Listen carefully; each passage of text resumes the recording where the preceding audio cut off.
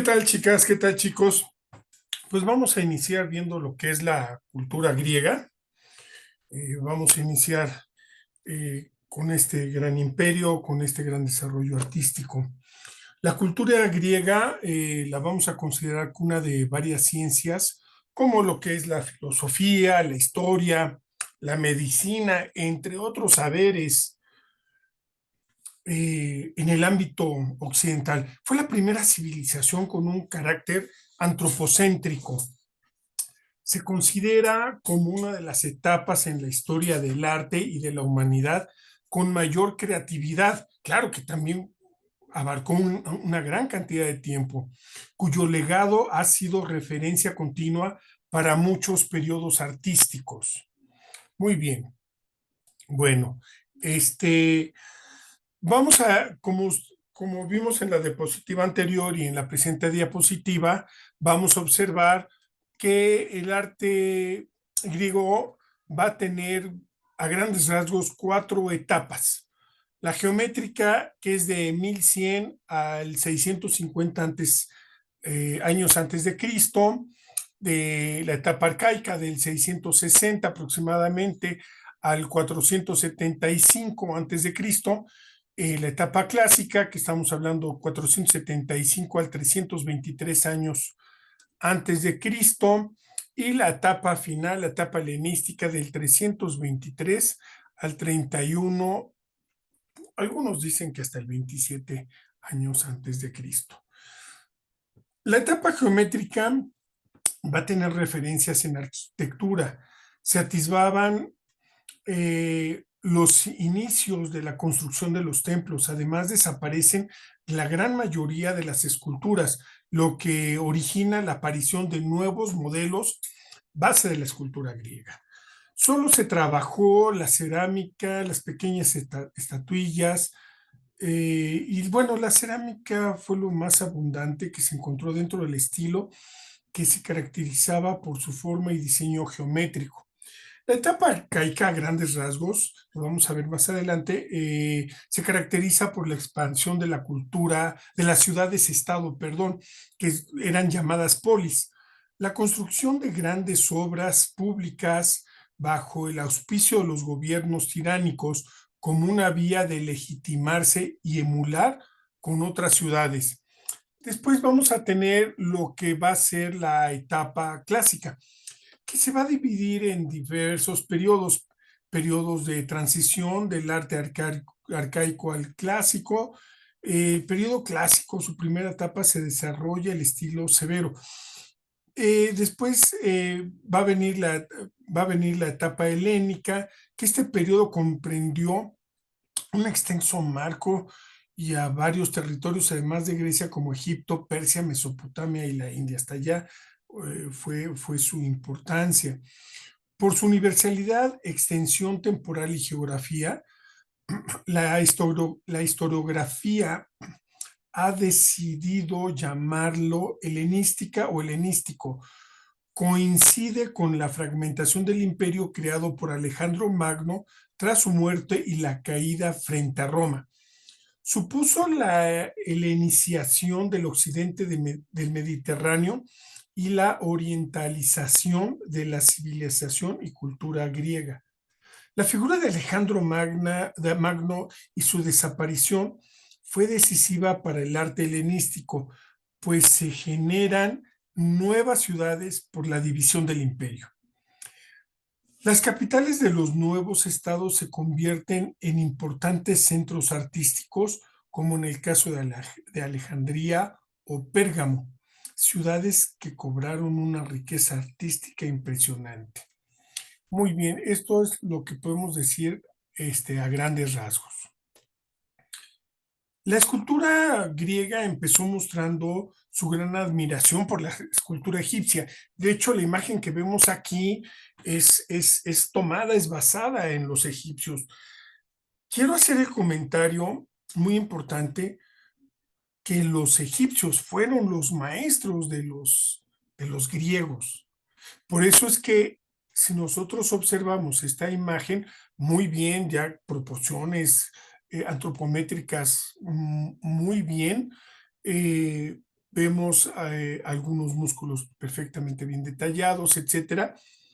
La realidad es que este es apenas el principio, pero todas las figuras geométricas y todas estas posiciones rígidas eran lo más característico de este estilo que seguían copiando de la cultura y de la escultura egipcia. Aún así, este tipo de escultura fue evolucionando hasta conseguir ser más natural, que más adelante lo vamos a ver en la etapa clásica.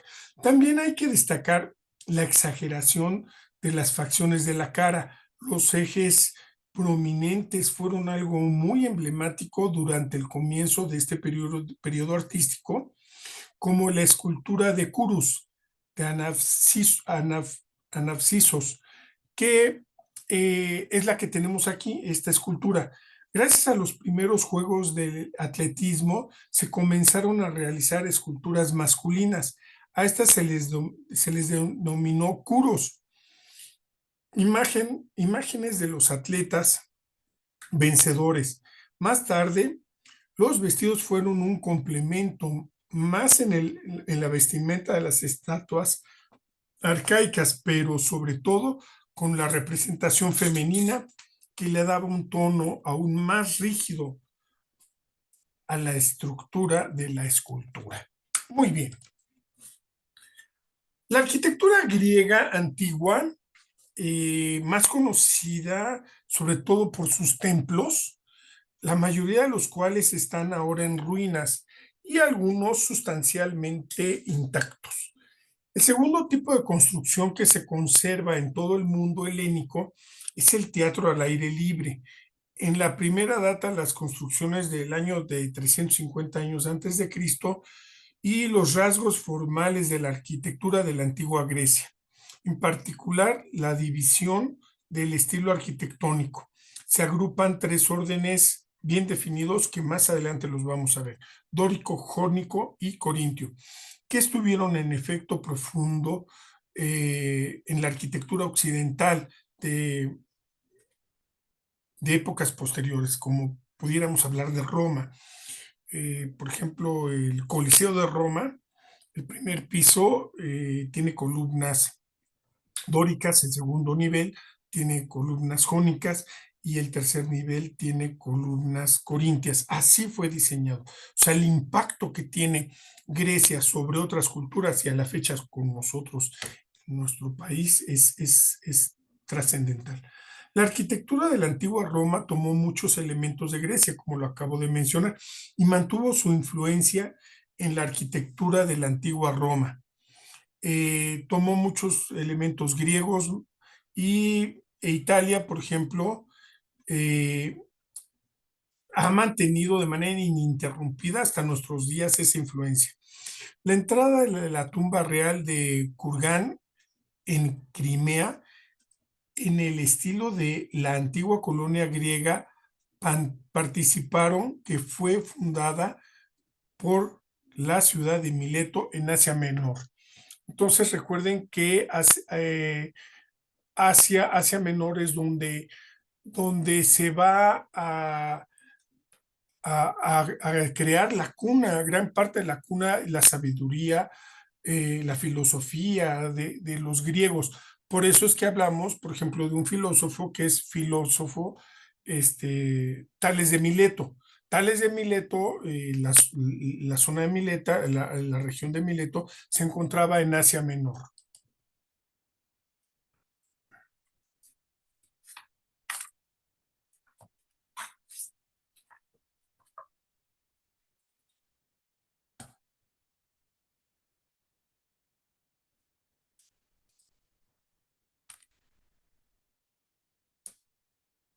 Tradicionalmente podemos entender el mundo griego como una de las culturas más esplendorosas y consagradas de todos los tiempos, y quizás así tal y como nos demuestran el vastísimo legado que los griegos le han dejado, le han heredado a todo el mundo. No obstante, el florecimiento de esta civilización tiene grandes influencias prehelénicas, es decir, de los pueblos antes de los griegos. Eh, por ejemplo, los habitantes que habitaron la isla del Egeo, por ejemplo, ¿no? Eh, en este sentido, debemos señalar cómo las civilizaciones micénicas es una de las grandes fuentes de inspiración que le bebieron los griegos y no solo eso, sino una de las culturas más avanzadas de su tiempo. Quiero hacer un paréntesis. Las culturas, los pelasgos, como les había comentado, inclusive los micenas y minoanas del rey Minos, son los predecesores, los antecesores de los griegos. El efebo rubio, también conocido como Curos rubio, es la cabeza de una escultura de un joven efebo que data del año 490 al 400 años, al 480 antes de Cristo, y que fue esculpida por artistas de la antigua Grecia. La pieza representa a un efebo con expresión melancólica. Se denomina efebo rubio debido a la tonalidad amarillenta de su cabello que aún conserva. Las estatuas antiguas estaban policromadas originalmente. Las guerras médicas o guerras greco-persas fueron una serie de conflictos armados entre el vasto imperio persa y algunas ciudades griegas más de 2500 años atrás. A pesar de su antigüedad, si los sucesos de estas guerras hubieran sido distintos, probablemente nuestra vida actual no sería lo mismo. La importancia de la libertad política, la justicia, la democracia y la investigación científica son ejemplos de valores que heredó nuestra civilización de la cultura griega. A partir de estas ideas griegas, los ilustrados de los siglos XVI al XVIII moldearon nuestra cultura. Observen cómo esta imagen de este hombre egeo, de este efebo rubio, vean ya la evolución de la escultura. A diferencia de la anterior, me voy a permitir regresarla, a ver un poquito más. Déjenme regresarme, aquí está. Observen esta escultura, observen el rostro, el mentón, vean que sí ya tiene un grado de desarrollo muy alto. Sin embargo, ya esta nueva imagen, esta nueva escultura, ya vemos el detalle del cabello, la expresión de la persona, el cuello, la tela, eh, el oído. Observen el detalle con el que está, la expresión misma de la escultura. Ya no solamente es una escultura fría, una escultura rígida, sino que ya va a tener una expresión. Y como se les comentó hace un momento,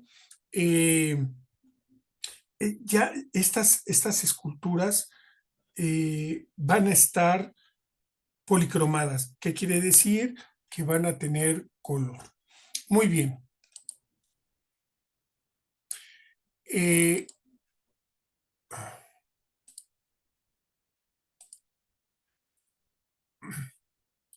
Policleto y Fidas fueron las primeras generaciones de escultores y de hecho yo quisiera decir que la escuela de Policleto y la escuela de Fidias fueron las primeras escuelas de escultores griegos que tuvieron una escuela de seguidores sumamente fuerte, sumamente nutrida, donde la escuela de Policleto duró al menos 3 generaciones, pero parece haber estado activa sobre todo a finales de los años 300 y comienzos de los 200. O sea, estamos hablando que son escuelas, son que duraron mucho tiempo, pasaron décadas y seguían las escuelas siendo sumamente estudiadas por los escultores griegos.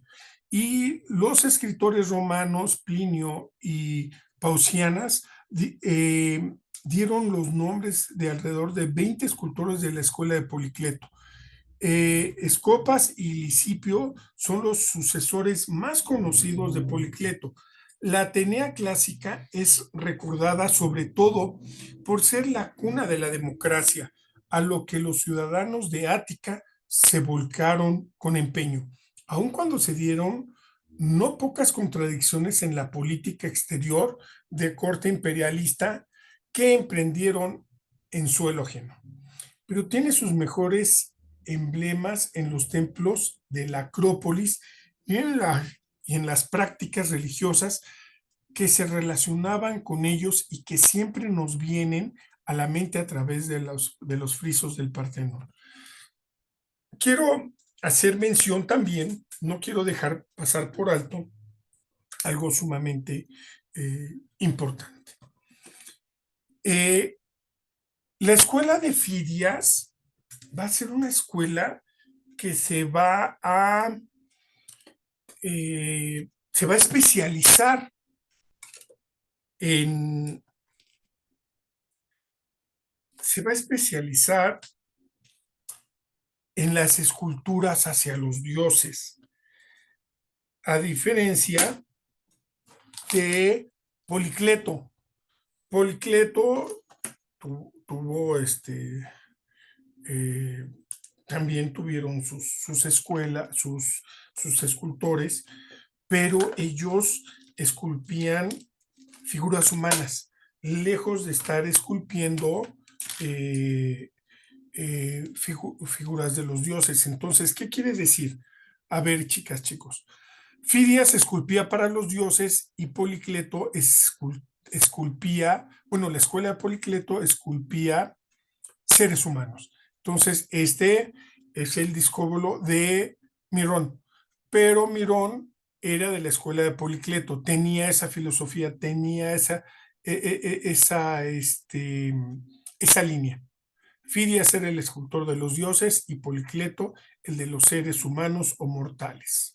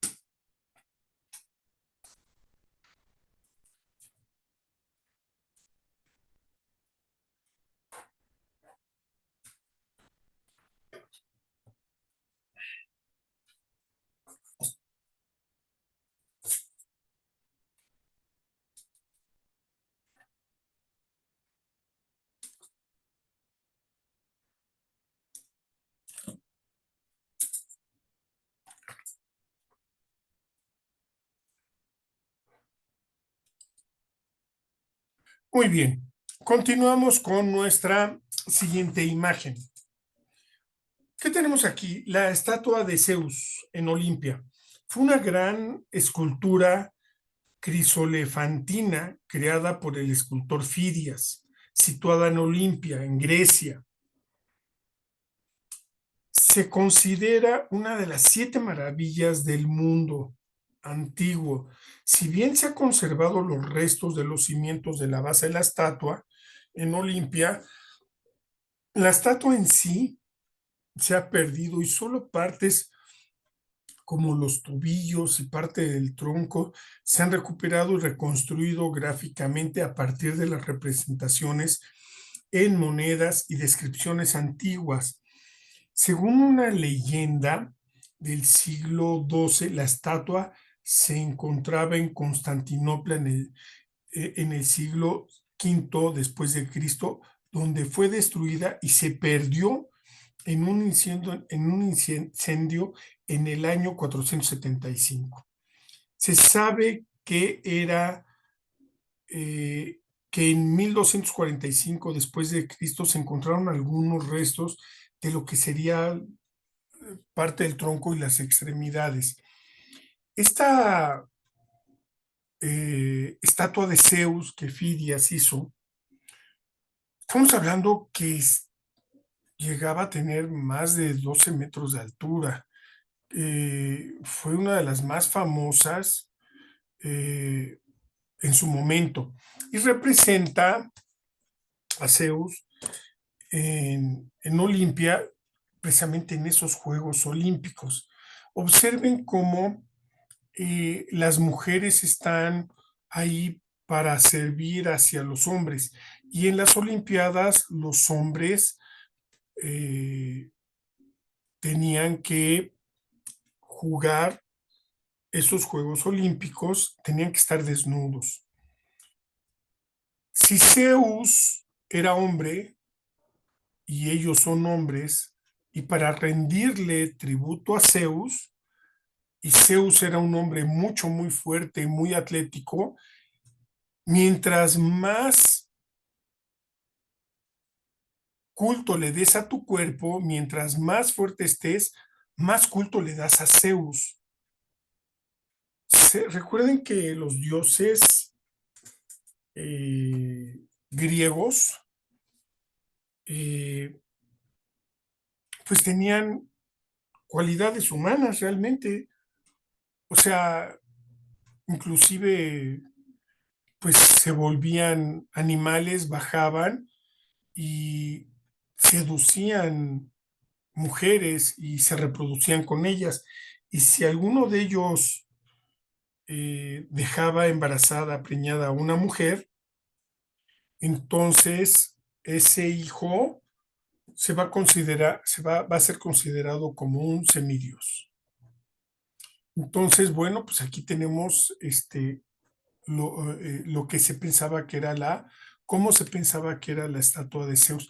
Observen cómo el hombre, los dioses van a tener ropa seca sobre el cuerpo masculino. Es una característica también de las estatuas, tanto masculinas como femeninas, perdón, masculinas, ya sean de dioses o mortales, que van a tener ropa seca sobre su cuerpo.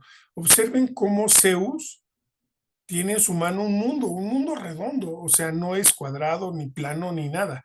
Su mano derecha, bueno, pues tiene el rayo, ¿no? Pero, vamos, tiene un mundo redondo en su mano izquierda, sumamente humano, ¿no? Sumamente humano Zeus, tenía hambre, tenía sueño, en fin, ¿no? Tenía muchas necesidades humanas.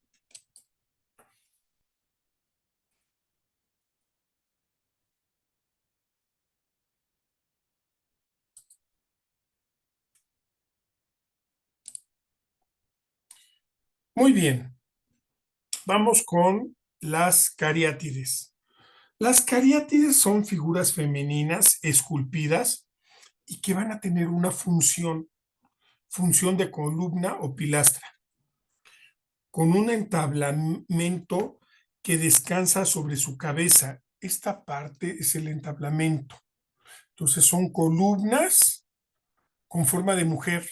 Y observen que aparentemente, sí están vestidas, tienen ropa, pero la ropa que se les va a poner a la figura femenina es ropa mojada, ropa húmeda, para ensalzar su belleza. Eh, el más típico de los ejemplos es la tribuna de las Cariátides en el Erecteion, uno de los templos de la Acrópolis en Atenas. Su nombre está relacionado con la antigua ciudad de Carias, en Laconia, donde se celebraba una festividad de muchachas que danzaban en honor de Artemisa Cariátide. Por otra parte, un relato de Vitruvio indica que siendo esta ciudad aliada de los persas durante la guerra médica, una de las guerras médicas, sus habitantes fueron exterminados por los otros griegos. Sus mujeres fueron convertidas en esclavas y condenadas a llevar las más pesadas cargas. Por eso se les esculpe a ellas en lugar de columnas típicamente griegas, para que estén condenadas durante toda la eternidad a aguantar el peso de los templos. Entonces también ese simbolismo en el erección de las cariátides va a ser algo sumamente importante.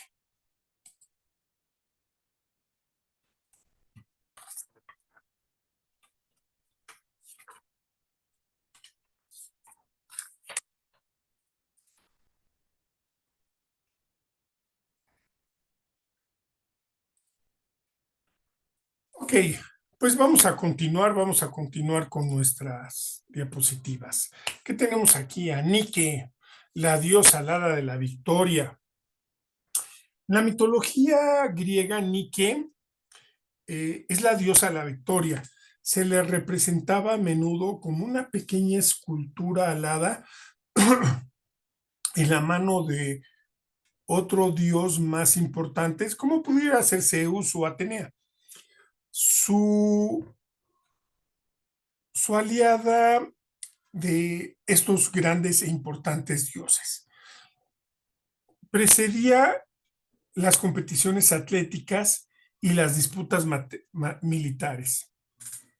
En el transcurso de las guerras médicas, que como hemos dicho fueron las guerras por invasión de los persas a Grecia, tras la victoria ateniense en la batalla de Maratón, 490 años antes de Cristo, es conocida la historia del soldado que corrió curiosamente 42 kilómetros desde las playas de Maratón hasta Atenas para anunciar la victoria. El grito de Nike, Nike, para luego desplomarse. O sea, victoria, victoria. Entonces, fíjense bien cómo en las Olimpiadas, como los maratones, el maratón más importante es de 42 kilómetros. Entonces es mucho, muy importante. Y bueno, aquí estoy retomando que así se pronuncia Nike, no Nike ni Nike, es Nike, es la diosa, la hada de la victoria. Y que va a ser retomada en un futuro, va a ser abstraído una de las alas de Nike como elemento de la victoria de los deportistas. Y hoy se habla que Nike es Nike por, por este logotipo, por este emblema que representa, ¿no? Muy bien, vamos a continuar.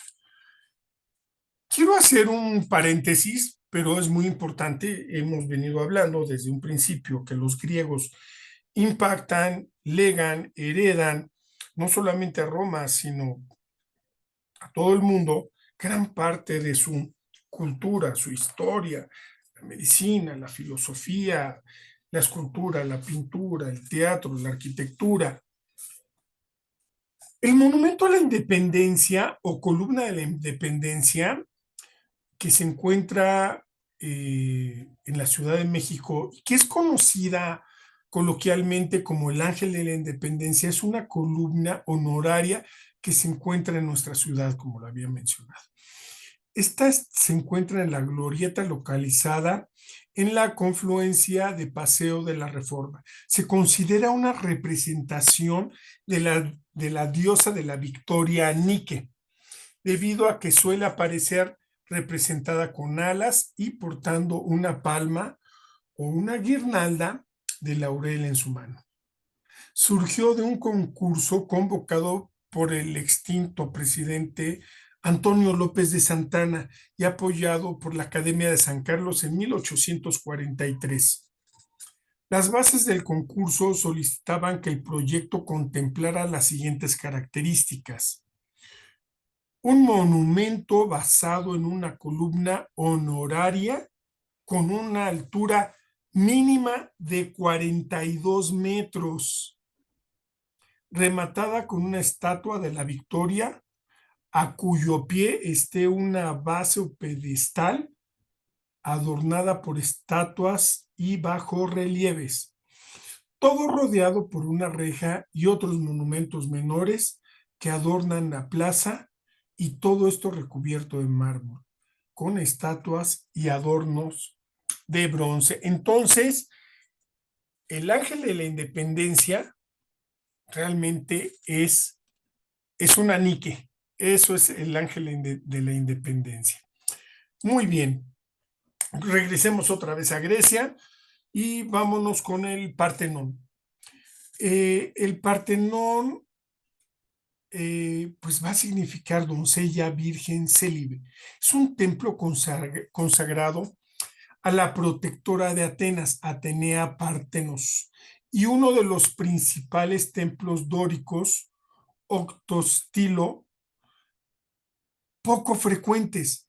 Estos templos octostilo son templos que su nombre lo dice, octostilo, quiere decir que son 1, 2, 3, 4, 5, 6, 7, 8 columnas al frente. Por eso es que se habla de un octostilo. La proporción con la que construían ellos, porque los griegos tenían otro manejo, otra concepción del cero, más bien dicho, no se manejaba como hoy se maneja, es que decían que debería de ser, las columnas hacia atrás deberían de ser las del frente por 2 más 1. ¿Qué quiere decir? Que si empezamos a contar 1, 2, 3 hasta el fondo, vamos a encontrar 8 por 2, 16, más 1, 17. Esta era la proporción con las que los griegos trabajaban. Nosotros le agregamos el más 1 en este mundo contemporáneo. Realmente ellos no hacían eso. Ellos decían, ¿cuántas columnas tenemos al frente? 4. ¿Cuántas van para atrás? 8. Pero la primera hilera no la contaban porque estaban contando ya esta, la del frente, si era de 4, de 6 o de 8. Entonces, si son 8, 8 por 2, 16. Pero no podían contar esta primera hilera. Nosotros, como si ya la contamos, entonces le ponemos más 1. Muy bien. Este es uno de los, como había mencionado, este es uno de los principales templos dóricos de mármol blanco del Pentélico y cubierto con tejas de mármol de Paros, que se conservan a la fecha. Fue construido, más o menos estamos hablando del 447 al 438 antes de Cristo en la Acrópolis griega. Es el templo griego más conocido del mundo, así como uno de los símbolos indiscutibles de Atenea y de Grecia. Al final de cuentas, inclusive aquí en México, hubo un ex jefe de la policía, a lo mejor algunos de ustedes habrán alguna vez escuchado, no lo sé, de este hombre llamado, o que le decían el Negro Durazo. El Negro Durazo se mandó a hacer un Partenón, una obra impresionante en Guerrero. Muy bien, continuemos. Los teatros griegos se construían en laderas de las montañas para poder apreciar la obra representada, a diferencia de los romanos, muchos de los cuales se levantaban en el terreno llano y elevaban sus gradas por medio de bóvedas y arcos. Los teatros que se construían, como les decía, para los griegos no era sencillo porque no podían hacer bóvedas. Todavía no llegaban al conocimiento de los arcos, como ya fue muchos años después. Ningún teatro griego está en terreno llano, debido a que los griegos no sabían, como les decía, construir bóvedas de hormigón, pero sí rellenaban las laderas, y si era necesario, como en Dodona, Epidauro y sobre todo en Argos, que este es un ejemplo muy claro, donde prácticamente se han construido todo el coilón. El tamaño de la orquesta se daba de forma circular. Si nosotros observamos, este teatro, los teatros eran circulares, ¿no? Con los asientos de piedra caliza para el arconte epónimo en el teatro de Dionisio. Va a influir en Roma la inmensidad de la mayoría de los teatros. Los teatros romanos también están respaldados por una colina, ya que la construcción era llano y que era un lujo hacer realmente los teatros. Tenían decorados trabajados por mucho tiempo, como los arcos, puentes o adornos de papel.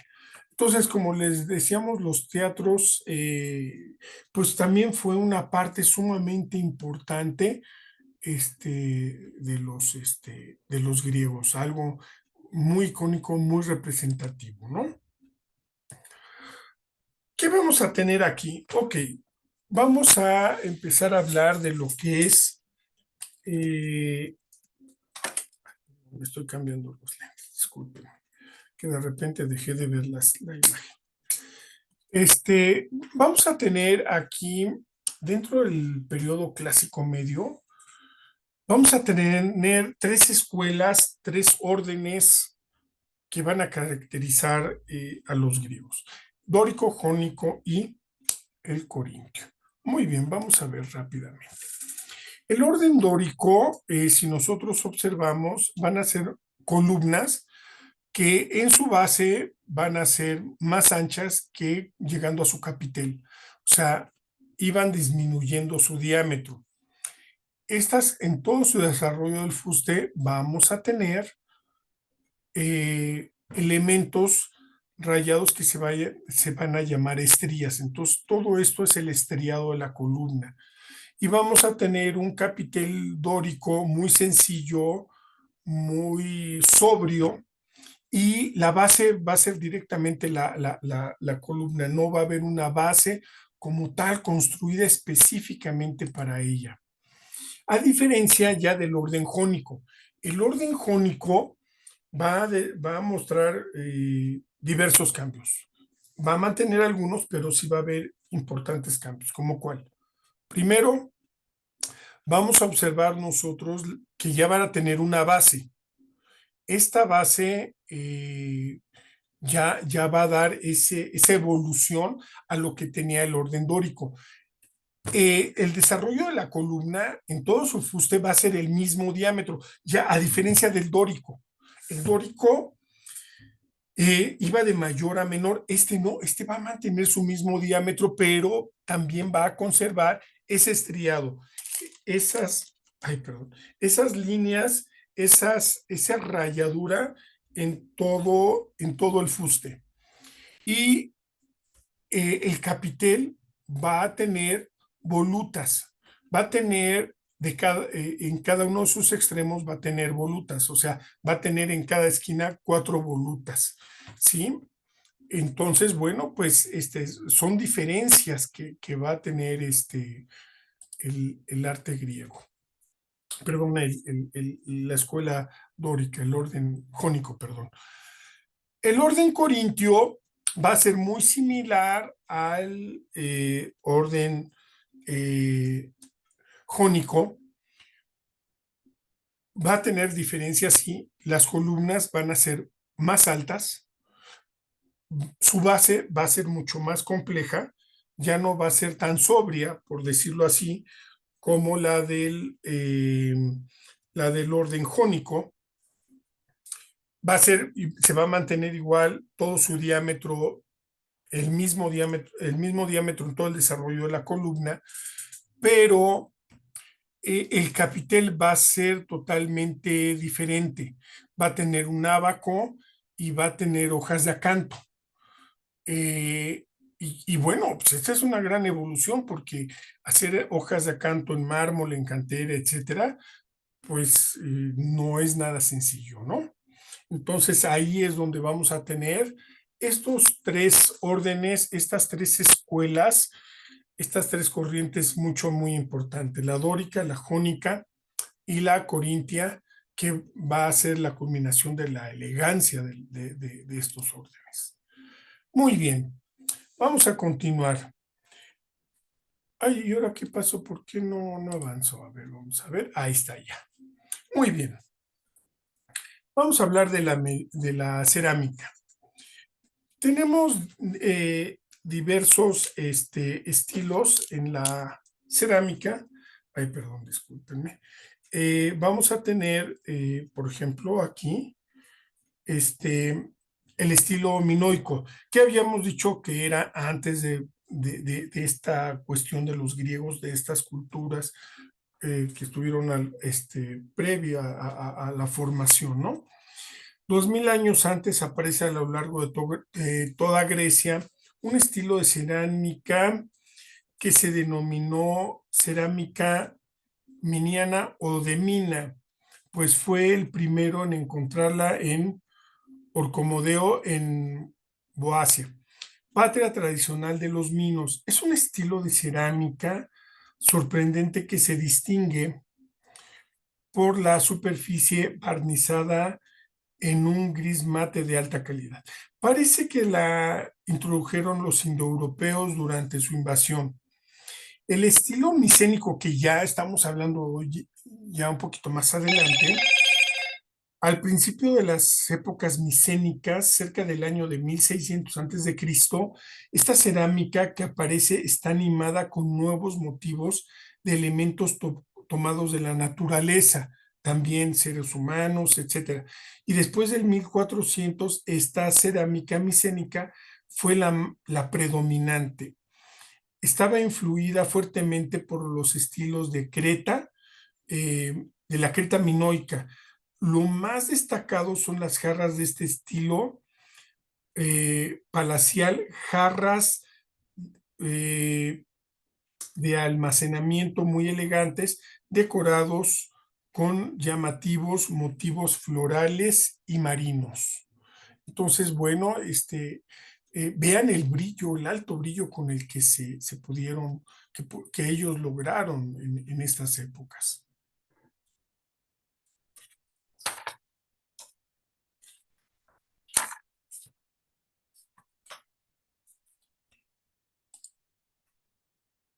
Claro que también quiero hacer notar que realmente acuérdense que los griegos fueron conquistados por los romanos, etcétera, y que bueno, se destruyó gran parte, ¿no? De todo esto.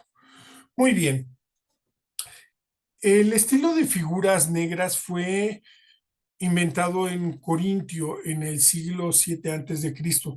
Los vasos áticos de figuras negras se fabricaron primero bajo la influencia corintia desde cerca 620 años antes de Cristo, aproximadamente una cosa así, y fue llevada a su apogeo por los atenienses entre el 570 y el 525 antes de Cristo.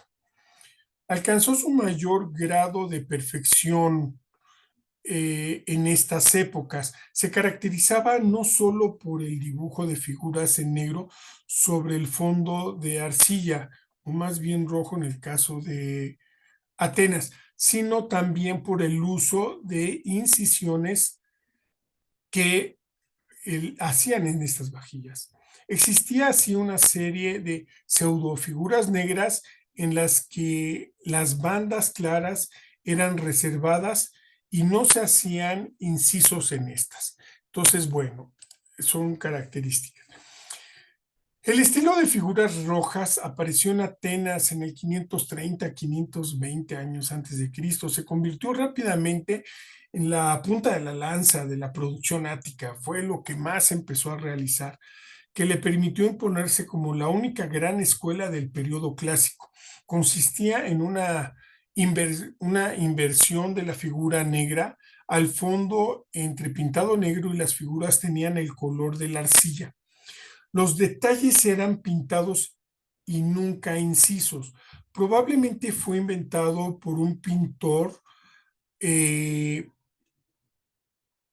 al que, al aplicar la técnica de esta arcilla, pudo haber sido Andócides, del cual se conservan una quincena de cerámicas, son pocas realmente, como les mencionaba. A comienzos de este periodo, los pintores hacían coexistir escenas de figuras negras y de figuras rojas, estilo que recibía el nombre de cerámica bilingüe. En estos predominaban los temas mitológicos, homéricos, efebos y escenas familiares. Muy bien, entonces, y para concluir, como manera de conclusión, volvemos a tener las características, el cronograma de más o menos desde qué año hasta qué año tenemos el arte griego y una representación proporcional de cuánto duró cada uno de los periodos. Entonces, bueno, pues aquí está esto y chicas, chicos, con esto concluimos lo que es el arte griego. Les hice este video básicamente porque de repente son muy largos estos temas y no quisiera yo, pues, prolongarme mucho, ¿no? Sino tratar de ser un poquito más conciso. Muchas gracias por su atención, chicas. Muchas gracias por su atención, chicos.